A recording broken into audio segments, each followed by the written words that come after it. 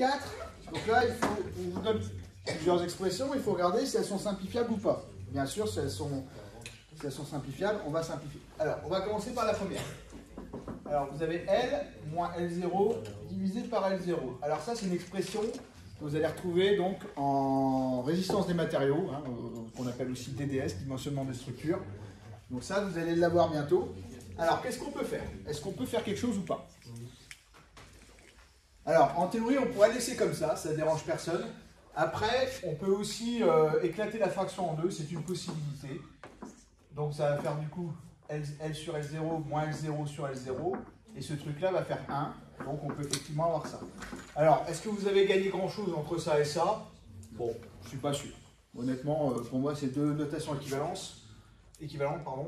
Donc bon, on ne gagne pas grand-chose en éclatant la fraction, mais on peut effectivement transformer ça. Peut-être ça peut nous arranger sur d'autres calculs.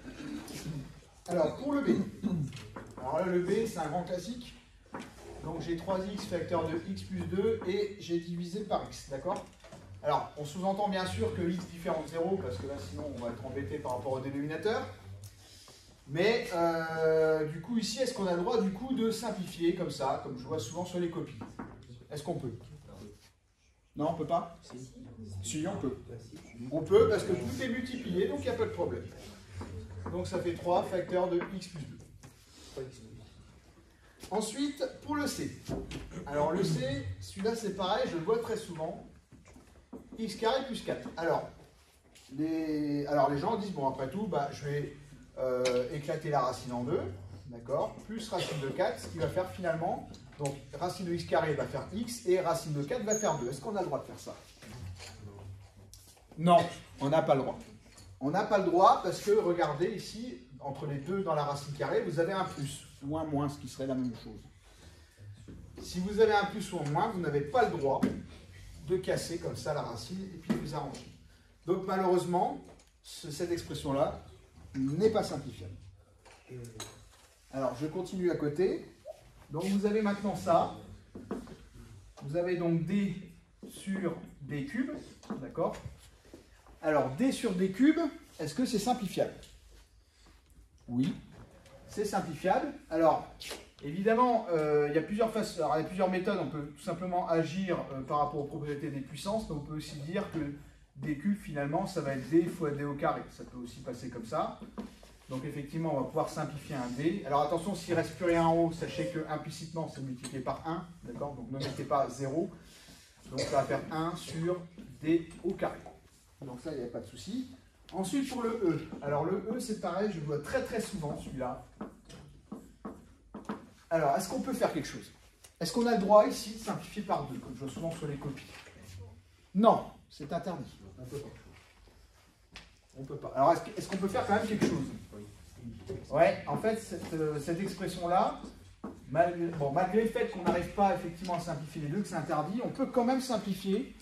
Et il faut le faire parce que sinon après, si vous avez besoin d'utiliser ce résultat dans d'autres calculs et après vous en avez beaucoup, ça peut vite faire des expressions qui sont énormes.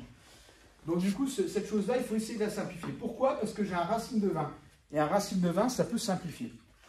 Donc du coup, rappelez-vous que racine de 20, on est bien d'accord que 20, c'est 4 fois 5. Je vais essayer de faire apparaître un 4. Pourquoi? Parce que je sais que 4, c'est un carré parfait. Et du coup, la racine va me donner 2. Donc je fais ça. Donc je vais éclater la racine en deux, j'ai le droit. Donc ça fait racine de 4 fois racine de 5 ici. Et là ici, donc du coup divisé par 2. Donc là du coup je vais avoir donc 2 racine de 4 fait 2. Et donc ça me fait 2 moins 2 racine de 5 sur 2. Et là ici je vais factoriser par 2 en haut. Alors rappelez-vous qu'ici à gauche j'ai qu'un seul 2 souligné, j'ai rien à côté. Donc rappelez-vous qu'implicitement, donc du coup ça va faire 1 moins racine de 5.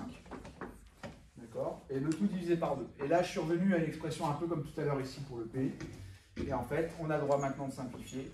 Et finalement, le E, il va valoir 1 moins racine de 5. Donc ça, réutiliser ça dans d'autres calculs après, c'est beaucoup plus digeste que d'utiliser ça.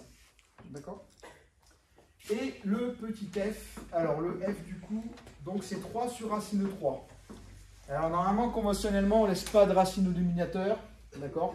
Donc il va falloir essayer de transformer ça. On peut simplifier. Donc le 3, rappelez-vous que c'est racine de 3 fois racine de 3. On a le droit de faire ça. Parce puisque racine de 3 au carré va ordonner 3. Et là, du coup, on voit une simplification assez facile. Donc là, du coup, on va simplifier comme ça, on a droit. Donc finalement, ça fait juste racine de 3. Donc utiliser racine de 3, c'est beaucoup plus digeste dans les calculs que d'utiliser 3 sur racine de 3. Voilà. Monsieur. Attendez.